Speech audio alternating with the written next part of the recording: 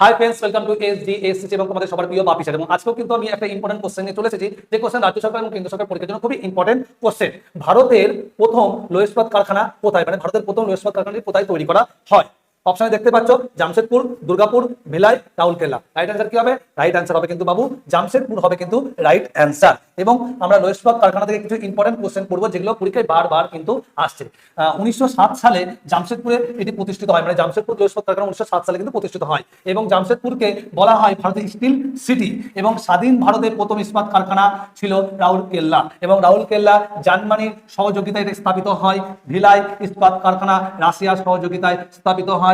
Villi ইস্পাত কারখানা ছত্তিশগড় রাজ্যে কিন্তু অবস্থিত। খুব ইম্পর্টেন্ট এইসব কোশ্চেনগুলো। এবং সেল প্রতিষ্ঠিত হয় 1973 সালে, এবং বার্নপুর পশ্চিমবঙ্গের আসানসোলে কিন্তু অবস্থিত। এবং সেলের সদর দপ্তর হলো নিউ দিল্লি। এবং ভারতের ইস্পাত শিল্পকে বলা হয় দেশের মেরুদণ্ড।